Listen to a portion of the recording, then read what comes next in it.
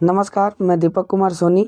आप सबका दीपक जी अकेडमी में बहुत बहुत स्वागत करता हूं। दोस्तों, जिस प्रकार से आप लोग देख ही रहे होंगे कि हम लोग कतारबद्ध तरीके से प्रैक्टिस सेट की श्रृंखला करवा रहे हैं और लगातार अल्टरनेट दिन में क्लास भी भेजा जा रहा है, जो क्लास लगभग सुबह के 7 से 8 बजे तक जाता है। इसके अलावा हम लोग ऑब्जेक्टिव श्रृंखला को भी करवा रहे हैं झारखंड की, जिसको अगर आप लोग कर लीजिएगा तो लगभग हमको लगता है कि संपूर्ण प्रश्न आपके भिड़ जाएंगे वहाँ से।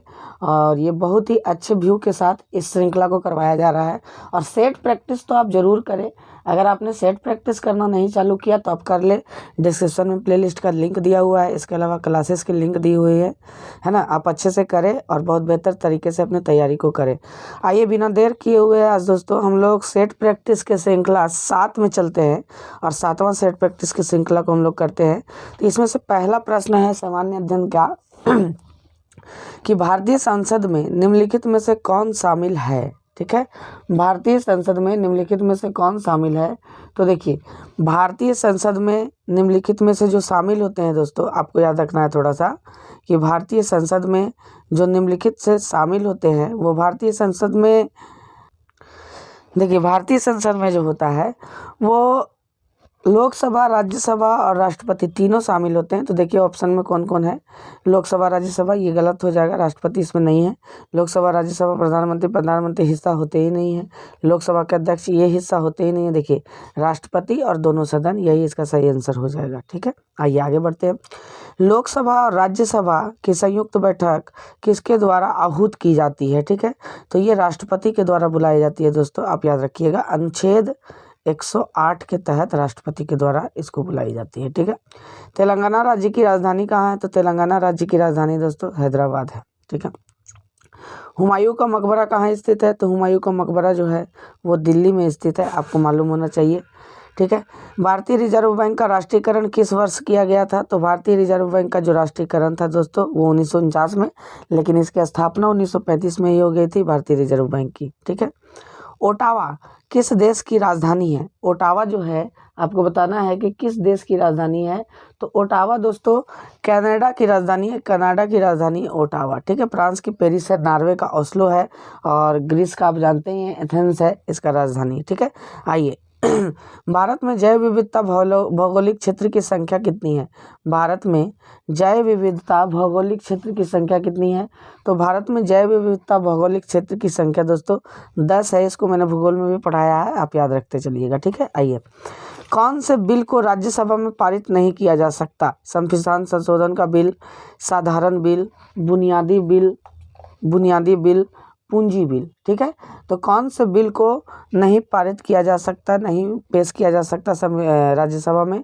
तो पूंजी बिल को नहीं भी पारित किया जा सकता या भेजा जा सकता है राज्यसभा में, याद रखिएगा। ठीक है, आइए 9वें नंबर प्रश्न की तरफ अगर हम चले दोस्तों, 9वें नंबर प्रश्न की तरफ अगर हम चलते हैं सामान्य अध्ययन का, तो यह है राष्ट्रपति का समय काल पूर्ण होने से पूर्व उन्हें हटाने की प्रक्रिया का प्रारंभ कौन कर सकता है। लोकसभा, सर्वोच्च न्यायालय, सामान्य नागरिक या संसद सदस्य। तो 9वां का आंसर जो हो जाएगा आपका, है ना वो लोकसभा इसका प्रक्रिया को शुरू कर सकता है। लोकसभा के जो सदस्य होंगे वही इसकी प्रक्रिया को, जिसको महाभियोग कहते हैं, अनुच्छेद 61 के तहत महाभियोग लगाया जा सकता है। ठीक है, आइए 10वां नंबर प्रश्न है मलयालम भाषा मुख्य रूप से किस राज्य में बोली जाती है। तो मलयालम आप जानते हैं दोस्तों कि केरल राज्य की भाषा है मलयालम, इसमें कुछ सोचने का ज़रूरत ही नहीं है ना, याद रखिए। अंतर्राष्ट्रीय क्रिकेट परिषद का मुख्यालय कहाँ है। तो अंतर्राष्ट्रीय क्रिकेट परिषद यानी आईसीसी का मुख्यालय कहाँ है दोस्तों। तो आईसीसी का मुख्यालय जो है वो दुबई में है, आपको ध्यान में रखना होगा ये सब चीज़।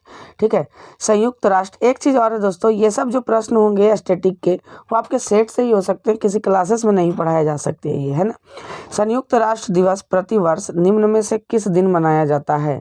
संयुक्त राष्ट्र दिवस प्रतिवर्ष निम्न में से किस दिन मनाया जाता है। तो ये 24 अक्टूबर को मनाया जाता है संयुक्त राष्ट्र दिवस प्रतिवर्ष। ठीक है, याद रखिएगा।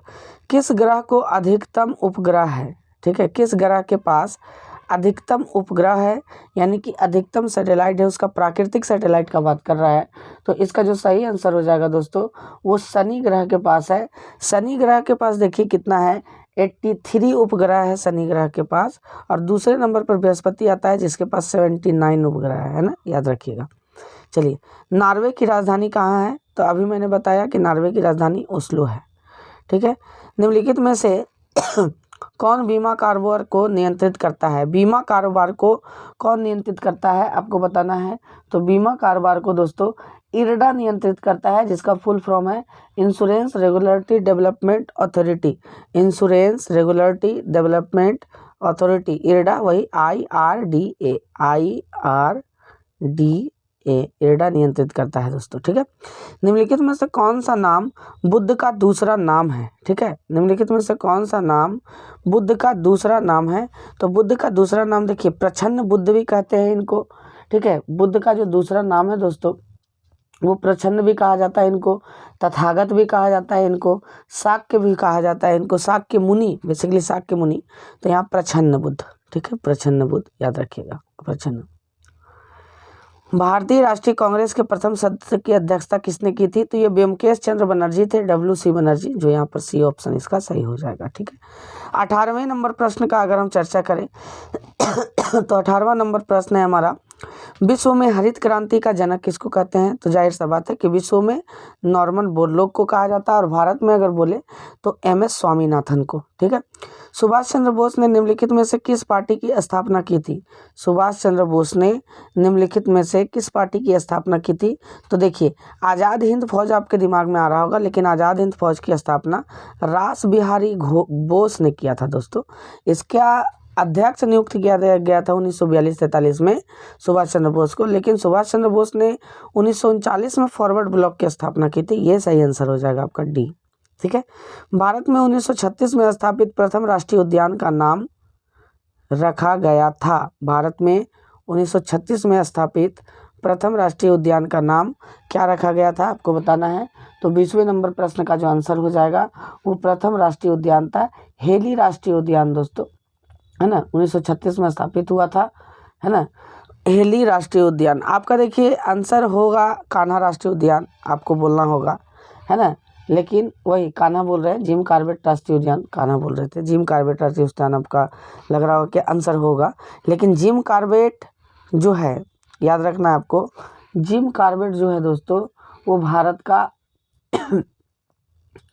प्रथम नेशनल पार्क है, जिम कॉर्बेट राष्ट्रीय उद्यान। ठीक है, भारत में स्थापित जो था प्रथम राष्ट्रीय उद्यान वो हेली नेशनल पार्क था, आपको याद रखना है। ठीक है, याद रखना है। चलिए, भारतीय संविधान के किस मौलिक अधिकार में कहा गया है कि सभी लोगों को देश का कानून बराबर सुरक्षा प्रदान करता है ना?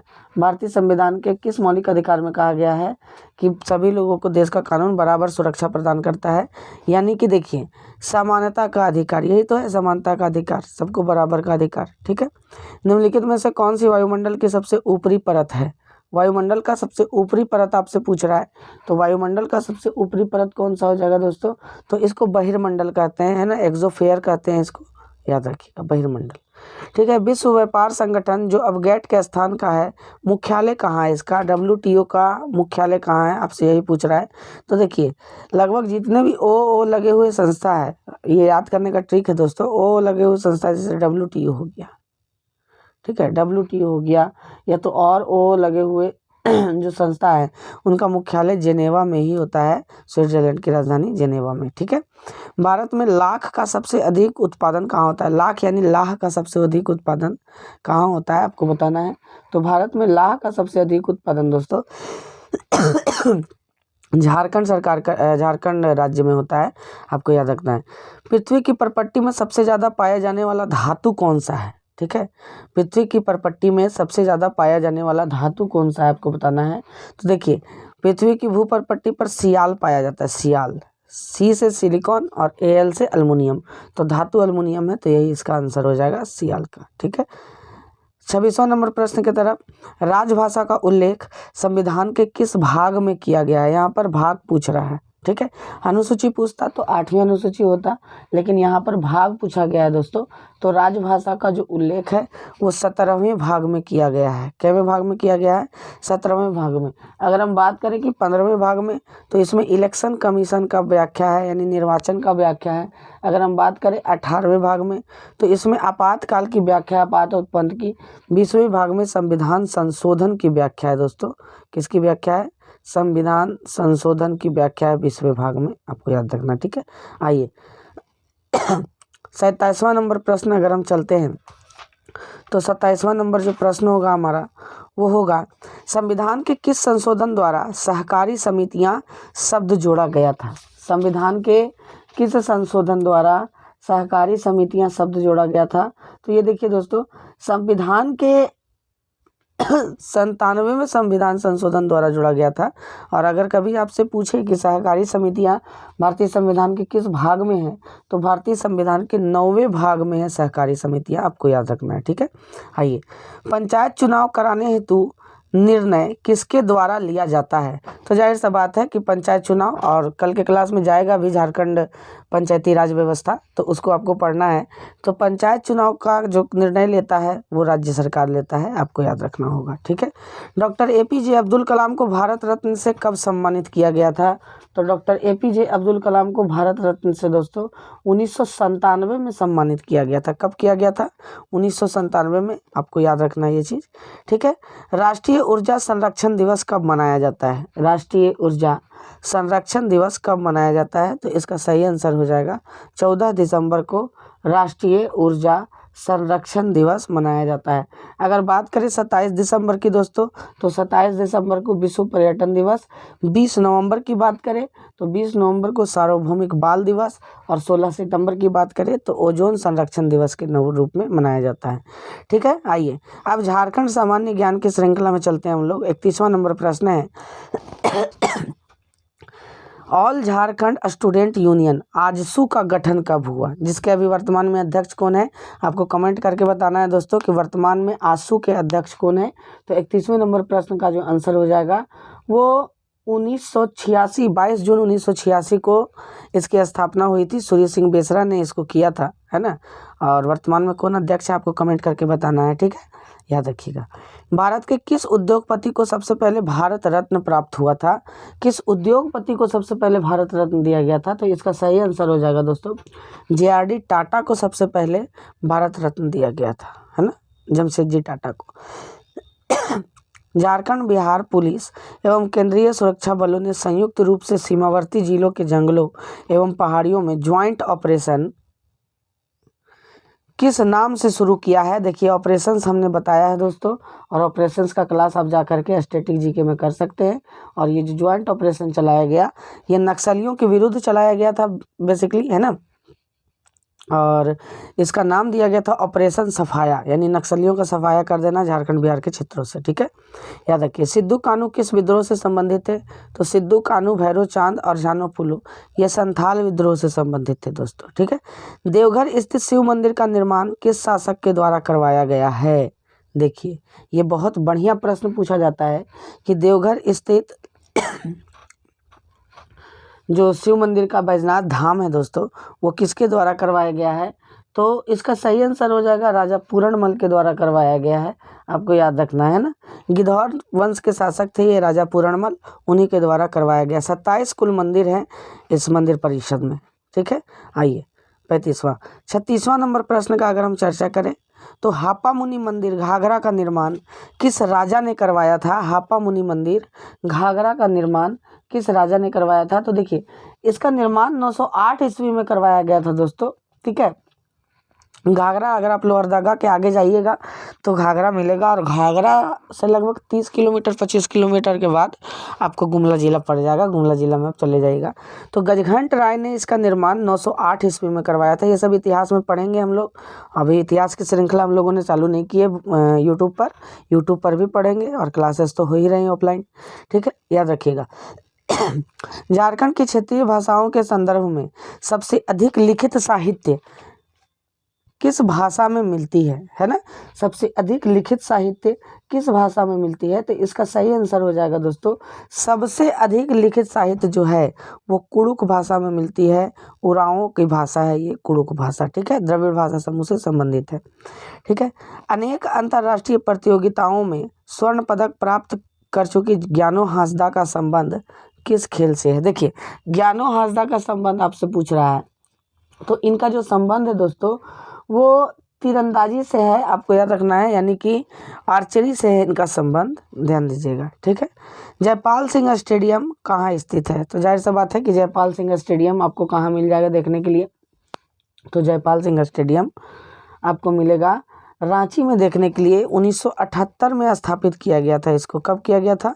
1978 में स्थापित किया गया था जयपाल सिंह स्टेडियम को, ठीक है। झारखंड का क्षेत्रफल भारत के कुल क्षेत्रफल का कितना प्रतिशत है? देखिए ये प्रश्न स्टैटिक का है, भारत के झारखंड के भौगोलिक परिचय का है। तो कुल क्षेत्रफल का कितना प्रतिशत है? तो 2.42 था दोस्तों। तो यहाँ पर एक ही अंक है, तो यहाँ पर लिख देंगे 2.4%, ठीक है, याद रखिएगा। पारसनाथ की समुद्र तल से ऊंचाई कितनी है? पारसनाथ की समुद्र तल से ऊंचाई कितनी है? देख लीजिए यहाँ पर आपसे, देखिए जो प्रश्न पूछा जा रहा है, यहाँ पर कंफ्यूजन नहीं होना है दोस्तों। जो प्रश्न पूछा जा रहा है वो पारसनाथ की समुद्र तल से ऊंचाई पूछी जा रही है, ठीक है। अब देखिए समुद्र तल से ऊंचाई पूछा जा रहा है, तो यहाँ पर थोड़ा सा आपको दिक्कत महसूस हो सकता है। क्यों दिक्कत महसूस होगा यहाँ पर? क्यों दिक्कत महसूस होगा यहाँ पर? आपको देखना है, ध्यान से देखना है, ठीक है। कि देखिए मीटर में अगर निकालेंगे तो 1365 मीटर होगा, और अगर फीट में निकालेंगे तो 4400 फीट कुछ होता है, याद रखिएगा। 4469 फीट होता है, 4478 फीट होता है दोस्तों। कितना फीट? 4478 फीट होता है। तो बाय मिस्टेक यहाँ मीटर ही होना चाहिए, इसको फीट अगर काट दे तो इसका सही आंसर 1365 मीटर हो जाएगा, याद रखिएगा, ठीक है। आइए झारखंड की कुछ दिनों से खांसी है दोस्तों, ठीक है। झारखंड की पूर्व से पश्चिम की चौड़ाई कितनी है? पूर्व से पश्चिम का चौड़ाई पूछ रहा है आपसे, तो इसका हो जाएगा 463 किलोमीटर पूर्व से पश्चिम तक की चौड़ाई। झारखंड का क्षेत्रफल कितना है? तो झारखंड का क्षेत्रफल आपको जानते चलना है दोस्तों कि झारखंड का क्षेत्रफल 79,714 वर्ग किलोमीटर है। 79,714 वर्ग किलोमीटर, और यही सही भी होता है। एक दो आगे पीछे कर देते हैं लोग, तो वो निम्न स्तर की पुस्तकों में दिया हुआ रहता है, वो गलत होता है आपका, है ना। 79,714 वर्ग किलोमीटर ही है, ठीक है। झारखंड का सबसे बड़ा ताप विद्युत संयंत्र कौन सा है? झारखंड का सबसे बड़ा थर्मल पावर स्टेशन कौन सा है, आपको बताना है। तो झारखंड का सबसे बड़ा ताप विद्युत संयंत्र जो है दोस्तों, वो रामगढ़ के पतरातू में स्थित है। पतरातू थर्मल पावर स्टेशन, यानी PTPS जिसको कहते हैं, याद रखिएगा, ठीक है। आइए, झारखंड का शिमला के नाम से कौन सा शहर प्रसिद्ध है? तो झारखंड का शिमला, या झारखंड का शिमला बोल दें, या शहीदों का शहर बोल दें, तो ये रांची ही प्रसिद्ध है झारखंड के शिमला के नाम से, ठीक है। विश्व विजेता बनने वाले झारखंड का प्रथम शतरंज खिलाड़ी कौन सा था? तो आपको याद रखना है। तो देखिए सौरभ तिवारी तो होगा नहीं, क्योंकि क्रिकेट से संबंधित है।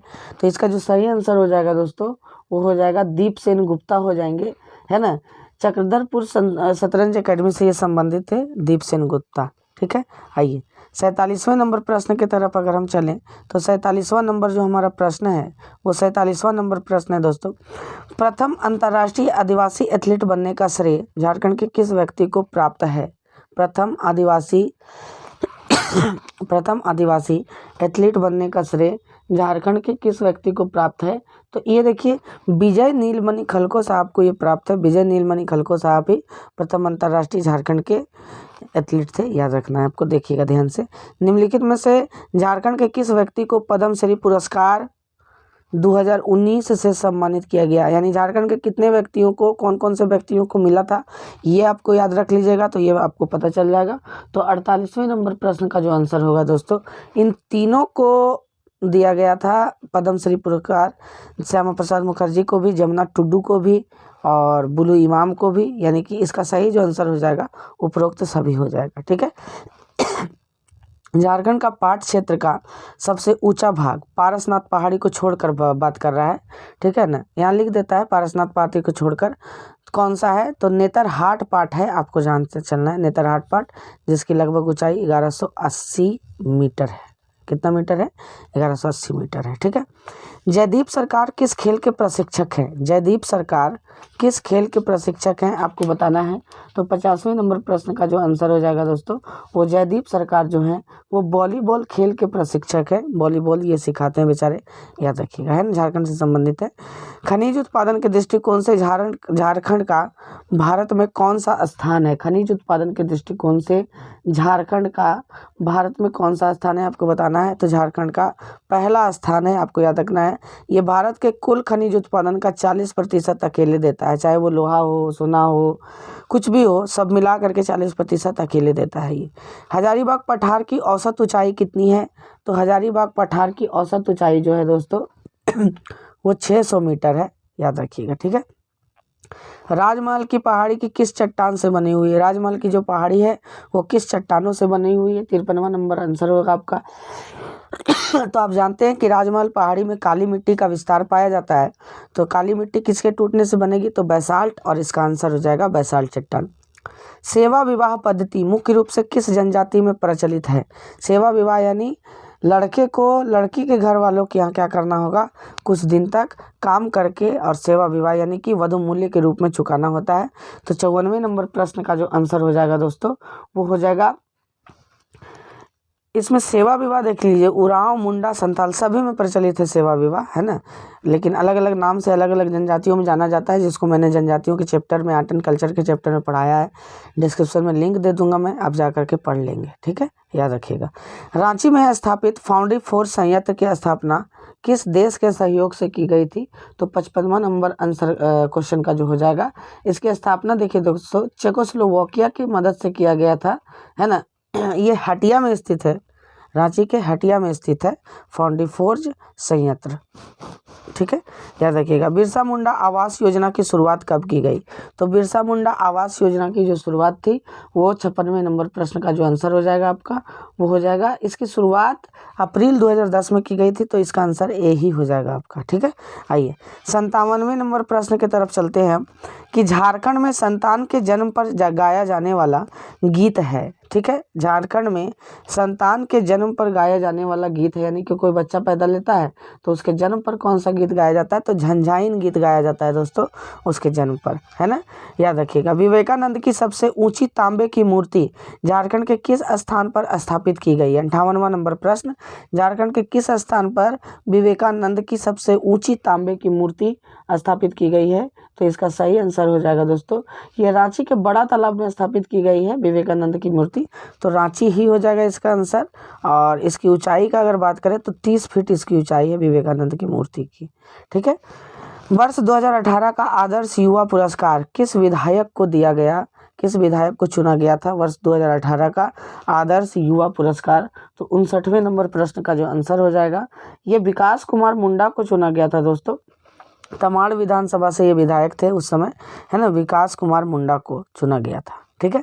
झारखंड की वह मंदिर जो असम की कामाख्या मंदिर की शिल्प कला से शैलीगत समानता रखती है, यानी असम की कामाख्या मंदिर के बराबर ही है ये, तो इसका आपको बताना है। 60वें नंबर प्रश्न का जो आंसर है वो है आपका, देखिए ध्यान से सुनिएगा, ये रजरप्पा मंदिर, है ना, रजरप्पा मंदिर जो है उसकी जो शिल्प कला शैली है वो बराबर है। आप असम का मंदिर को देखिएगा और रजरप्पा मंदिर को देखिएगा तो मंदिर का डिजाइन आपको एक ही तरह का लगेगा, आप इसको देख सकते हैं जा करके और अच्छा से समझ सकते हैं इसको, ठीक है।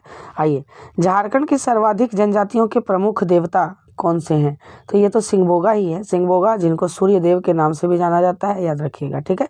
आइए कुडुख डांडी के रचयिता कौन है? ये साहित्य चैप्टर से है दोस्तों। कुडुख डांडी के रचयिता कौन है? तो 62वें नंबर प्रश्न का आपको आंसर हो जाएगा, कुडुख डांडी के रचयिता जो हैं वो, कुडुख डांडी के रचयिता वो हो जाएंगे आपके बिहारी लकड़ा साहब हो जाएंगे। इन्होंने 1950 में कुडुख डांडी को प्रकाशित किया था, है ना, जिसको 2005 में फिर साहित्य अकादमी पुरस्कार भी मिला है बिहारी लकड़ा साहब को, ठीक है। राही रावण काना रचना के संबंध में गलत कथन का व्याख्या कीजिए। देखिए बहुत डीप का है और साहित्य के चैप्टर से है ये, राही लकड़ा काना, है ना, इसका जो संबंध का गलत कथन जो है इसके बारे में बताना है ना, तो इसका गलत कथन को चयन करना है आपको दोस्तों, तो बताना है। इसके रचनाकार मोगला सोरेन थे, हाँ ये सही है, मोगला सोरेन ने इसको लिखा है। यह एक नाटक है, बहुत बढ़िया, ये नाटक ही है, ठीक है। यह एक संथाली गीत काव्य नहीं, यह संथाली गीत काव्य नहीं है दोस्तों, बल्कि ये एक प्रकार का जो है ना, नाटक काव्य, ठीक है। संथाली तो है लेकिन नाटक काव्य है, ठीक है, आपको याद रखना है। इस रचना को साहित्य अकादमी पुरस्कार मिला था। तो हाँ, इस रचना को साहित्य अकादमी पुरस्कार मिला था। देखिए कितना क्लोज ऑप्शन को काटता है यहाँ पर। तो इसका सही जो आंसर हो जाएगा ऑप्शन नंबर सी ही हो जाएगा, याद रखिएगा। मैं बोरिसिल्ला किसकी रचना है? मैं बोरिसिल्ला किसकी रचना है आपको बताना है। तो मैं बोरिसिल्ला जो रचना है दोस्तों, वो महुआ मांझी की रचना है। मांझी लिखा हुआ है, महुआ मांझी होती है, बड़ी बढ़िया राइटर थी, आपको याद रखना है इस बात को, ठीक है। झारखंड के सभी साहित्यों में सर्वाधिक लेखन किस लोक साहित्य का हुआ है? सबसे ज़्यादा लेखन किस लोक साहित्य का हुआ है? तो पहले भी मैंने बताया कि सबसे ज़्यादा साहित्य किसकी पाई जाती है, तो कुड़ुक की। तो सबसे ज़्यादा लेखन भी कुड़ुक का ही हुआ होगा, ठीक है। झारखंड की कोहबर चित्रकला के संबंध में असत्य कथन क्या होगा? यानी कोहबर चित्रकला के संबंध में असत्य कथन। कोहबर देखिए एक प्रकार का चित्रकला है जो नवविवाहित जोड़े को, कोह का मतलब होता है गुफा, वर का मतलब होता है दूल्हा, यानी कि दूल्हा दुल्हन जो विवाहित जोड़े जो होते हैं वो अकेले, मतलब कि एक पहले का बात होता था आदिवासियों में कि गुफा में रखा जाता था उनको, नवविवाहित जोड़े को आगे, है ना। और उसी में अलग अलग प्रकार की चित्रकलाएं बनाई जाती थी, देवी देवताओं की अलग अलग प्रकार की चित्रकलाएं बनाई जाती थी, याद रखिएगा।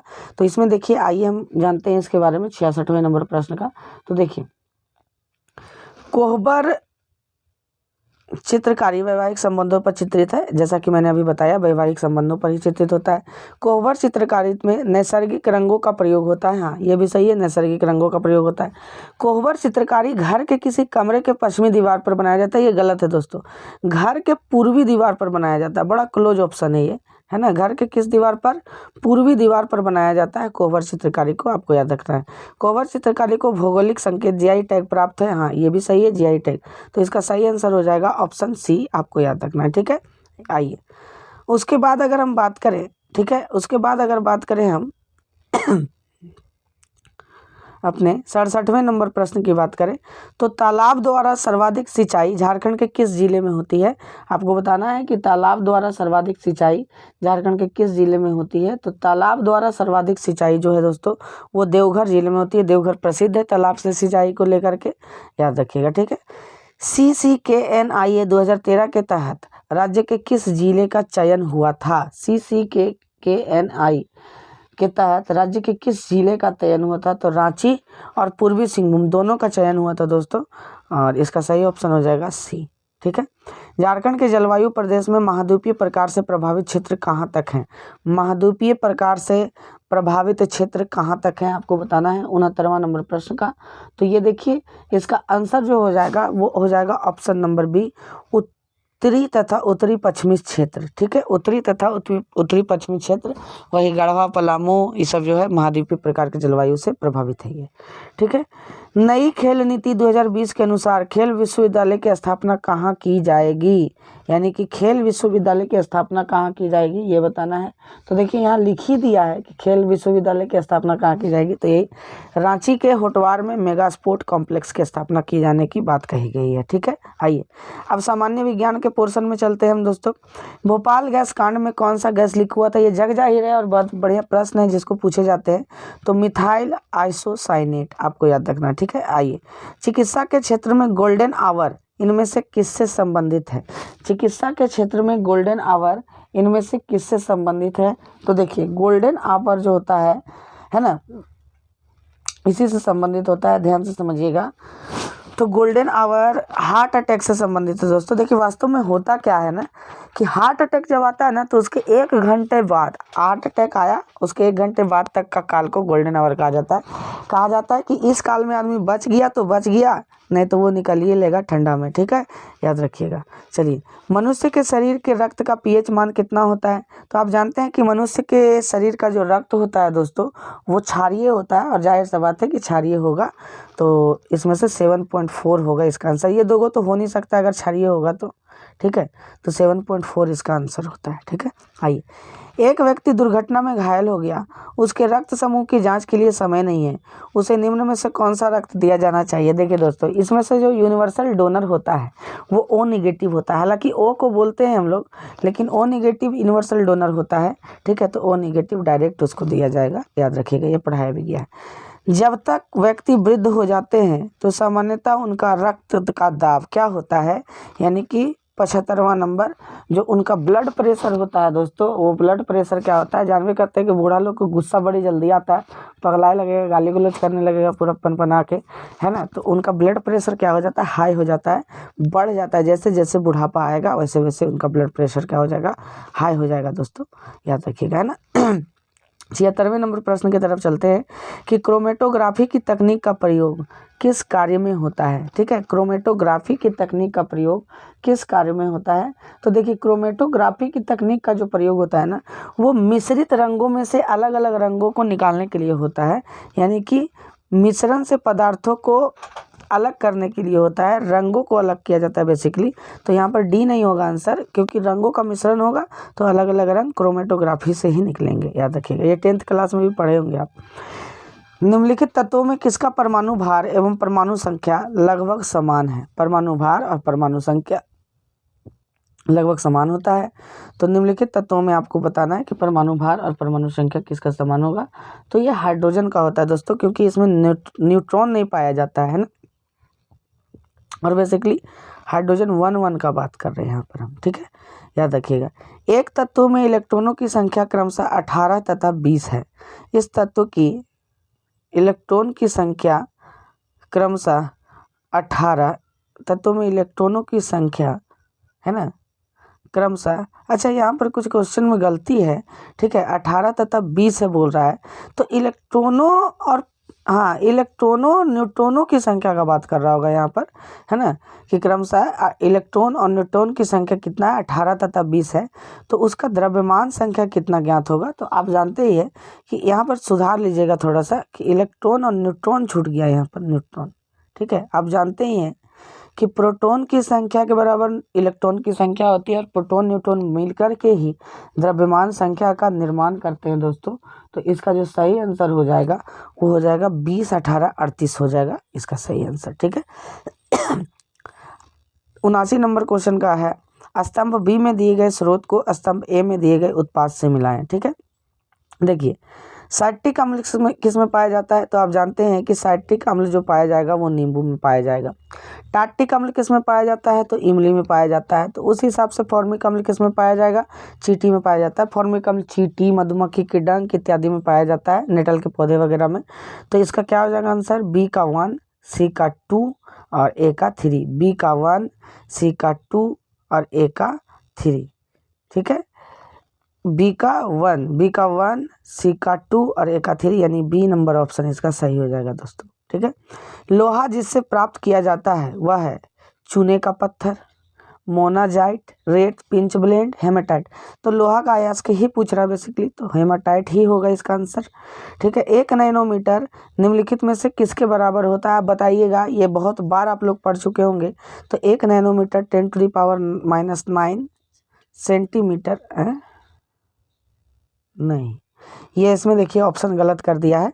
1 नैनोमीटर जो होता है दोस्तों, यहाँ पर देखिए कभी कभी सेट में भी ऑप्शंस क्या होते हैं, गलत दिए हुए होते हैं। ठीक है, तो 1 नैनोमीटर बराबर जो होगा दोस्तों, वो लगभग आपका हो जाएगा 10⁻⁻7, है ना, 10⁻⁻7 सेंटीमीटर हो जाएगा। ठीक है, क्यों हो जाएगा, नहीं, ऑप्शन गलत नहीं दिया हुआ है, हम इसमें गलत समझे ही है ना। 10⁻⁻7 सेंटीमीटर, देखिए कितना भयानक दिया हुआ रहता है, अगर आप बकबकी में लगाइएगा तो आपका आंसर गलत हो जाएगा। देखिए, आमतौर पर 1 नैनोमीटर बराबर, इसको समझ लीजिए, 10⁻⁻9 मीटर होता है। ठीक है, कितना होता है, -9 मीटर। अब सभी ऑप्शन सेंटीमीटर में दिए हुए हैं, तो आदमी अकबका करके 10⁻⁻9 सेंटीमीटर लगा देगा, जो कि गलत हो जाएगा इसका, क्योंकि 10⁻⁹ मीटर होता है। तो सेंटीमीटर में कन्वर्ट करने के लिए हम क्या करते हैं दोस्तों, तो किसी भी चीज़ को सेंटीमीटर में कन्वर्ट करने के लिए हम क्या करते हैं, तो उसको मीटर को 100 से गुना करते हैं। तो 100 का मतलब 10⁻² 2। और देखिए बेस से में पावर क्या हो जाएगा, घटेगा, जुटेगा -9 और उधर 2 तो -9 + 2 यानी -7। तो इसका जो सही आंसर होगा दोस्तों वो -7 होगा। वाह, गजब का क्वेश्चन बनाया हुआ था ये, है ना, याद रखिएगा इसको, ठीक है।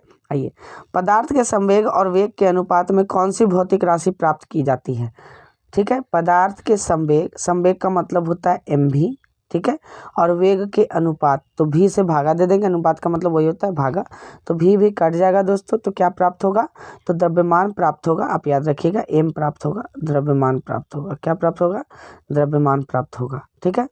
एक व्यक्ति एक संवेदनशील तराजू पर खड़ा है, यदि वह गहरी सांस लेता है तो तराजू की रीडिंग क्या होगी। देखिए, अगर वह गहरी सांस लेगा तो तराजू की जो रीडिंग है दोस्तों वो क्या हो जाएगी, घट जाएगी, याद रखिएगा। देखिए क्या होता है वास्तविकता में कि जब वो गहरी सांस लेगा तो आपको लग रहा होगा कि वो सांस लेगा, तो सांस लेने के दौरान वो क्या करेगा कि लेगा सांस लेगा तो आपको लगेगा कि रीडिंग बढ़ेगा क्योंकि वजन तो बढ़ेगा, लेकिन सांस लेगा दोस्तों तो वो सांस छोड़ेगा भी। क्यों छोड़ेगा, क्योंकि आपको मालूम है कि सांस लेने के दौरान सांस छोड़ेगा और सांस छोड़ने के दौरान दोनों ही परिस्थितियों में, ठीक है, ले या छोड़े, आपको याद रखना है, ले या छोड़े दोनों ही परिस्थितियों में रीडिंग जो होता है तराजू का वो घटेगा, आपको याद रखना है, बढ़ेगा कभी नहीं। क्यों, इसका आंसर यही हो जाएगा, वो घटेगा, बढ़ेगा कभी नहीं। इसी प्रकार से आपको याद रखना है, ठीक है, याद रखिएगा, घटेगा बढ़ेगा कभी नहीं, चाहे ले या छोड़े, उससे कोई मतलब नहीं है, ठीक है। आइए अब बात करते हैं 88वां 87वां नंबर प्रश्न की तरफ। 87वां हो गया, 86वां, 85, 84वां नंबर प्रश्न की तरफ हम बात करते हैं दोस्तों कि सड़क पर चलने की अपेक्षा बर्फ़ पर चलना कठिन है, क्यों। तो इसका सही सा मतलब है कि बर्फ़ पर चलना इसलिए कठिन होता है दोस्तों कि देखिए, एक तो बर्फ़ पर क्या होगा कि घर्षण कम होगा, सबसे बड़ा चीज़ है कि बर्फ़ पर जो होगा वो घर्षण कम होगा, तो बर्फ़ पर घर्षण कम होगा तो फिसलन ज़्यादा होगी, ठीक है, इसी कारण से बर्फ़ पर चलना कठिन है। ये कॉमन सा क्वेश्चन था, ठीक है, याद रखिएगा। प्रतिरोध का मान क्या होगा यदि परिपथ में विद्युत धारा 10 एम्पियर और विभवांतर 12 वोल्ट हो। देखिए, प्रतिरोध बराबर यानी कि R बराबर क्या होता है दोस्तों, तो आप जानते ही हैं कि R बराबर जो होगा वो देखिए R बराबर जो होगा दोस्तों, यहाँ पर आपको जानना है कि V बराबर IR होता है, ठीक है, V बराबर IR, तो R बराबर V/I। तो IV का मान आपको दिया हुआ 12 वोल्ट और R का मान दिया हुआ, I का मान दिया हुआ आपको 10 वोल्ट, तो काटिएगा तो 1.2 ओम आएगा, तो 1.2 ओम ही इसका आंसर हो जाएगा, यही इसका आंसर है, ऑप्शन नंबर ए, ठीक है। यदि चलती हुई वस्तु का वेग दुगना हो जाए तो वस्तु की गतिज ऊर्जा क्या हो जाएगी, तो वस्तु की गतिज ऊर्जा जो हो जाएगी दोस्तों, देखिए गतिज ऊर्जा बराबर क्या हो जाएगी, गतिज ऊर्जा बराबर क्या होती है, 1/2 mv², ठीक है, 1/2 mv²। तो अगर वेग को दुगना कीजिएगा तो 2 का स्क्वायर हो जाएगा, तो 4 गुना हो जाएगा, इसका आंसर सही हो जाएगा यही, ठीक है, याद रखिएगा। नीचे उपकरण एवं उसका ऊर्जा रूपांतरण दिया गया है, इनमें से कौन सा समूह सही है, ठीक है। डायनेमो विद्युत ऊर्जा को यांत्रिक ऊर्जा में कन्वर्ट करता है, ये गलत हो जाएगा दोस्तों, क्योंकि डायनेमो जो होता है वो यांत्रिक ऊर्जा को विद्युत ऊर्जा में कन्वर्ट करता है, ठीक है, ये गलत हो जाएगा। विद्युत मोटर विद्युत ऊर्जा को यांत्रिक ऊर्जा में, हाँ ये सही हो जाएगा। सौर सेल सौर ऊर्जा को विद्युत, हाँ ये भी सही हो जाएगा, यानी केवल 2 और 3 सही होंगे, एक सही नहीं होगा, तो 2 और 3 जहाँ होगा वही आंसर होगा, यानी ऑप्शन नंबर ए इसका सही आंसर है, ठीक है। मरुस्थल में मृगमरीचिका उत्पन्न होने का कारण क्या है। मृगमरीचिका मैंने पढ़ाया भी है प्रकाश के चैप्टर में कि मृगमरीचिका उत्पन्न होने का कारण क्या है दोस्तों, 88वां नंबर प्रश्न का। तो इसका आंसर होता है टोटल इंटरनल रिफ्लेक्शन, यानी कि प्रकाश का पूर्ण आंतरिक परावर्तन, इसका सही आंसर हो जाएगा। 89वें नंबर प्रश्न का सेल्सियस स्केल पर मानव शरीर का सामान्य तापक्रम क्या होता है, तो सेल्सियस स्केल पर आप जानते हैं 37 डिग्री सेल्सियस होता है, और फ़ारेनहाइट पर आएंगे तो 98 डिग्री फ़ारेनहाइट होता है, 98.4 वही बेसिकली होता है फ़ारेनहाइट में, ठीक है। किस सिद्धांत पर जेट इंजन कार्य करता है, तो देखिए जेट इंजन किस सिद्धांत पर कार्य करता है, तो जेट इंजन जो कार्य करता है ना दोस्तों, वो रेखीय संवेग संरक्षण, यानी कि लीनियर संवेग संरक्षण के सिद्धांत पर कार्य करता है, आपको याद रखना है। तो देखिए संवेग संरक्षण के सिद्धांत पर कार्य करता है। देखिए अगर यहाँ पर ऑप्शन संवेग संरक्षण रहता तो हम डायरेक्ट लगा देते, लेकिन कोणीय और रेखीय में भी आपको पूछेगा तो रेखीय संवेग संरक्षण के सिद्धांत पर ये कार्य करता है, आपको याद रखिएगा। ठीक है, आशा करते हैं दोस्तों कि इस सेट में आपको बहुत अच्छी जानकारी मिली होगी। और अगर अच्छी जानकारी मिले, हमारी मेहनत आपको पसंद आए तो लाइक शेयर सब्सक्राइब करें और बहुत बहुत आशीर्वाद दें इस चैनल को अपना। धन्यवाद दोस्तों। दीपक जीएस एकेडमी परिवार से जुड़ने के लिए बहुत बहुत धन्यवाद। दुआ में बहुत ज़्यादा याद रखिएगा। बहुत बहुत धन्यवाद दोस्तों।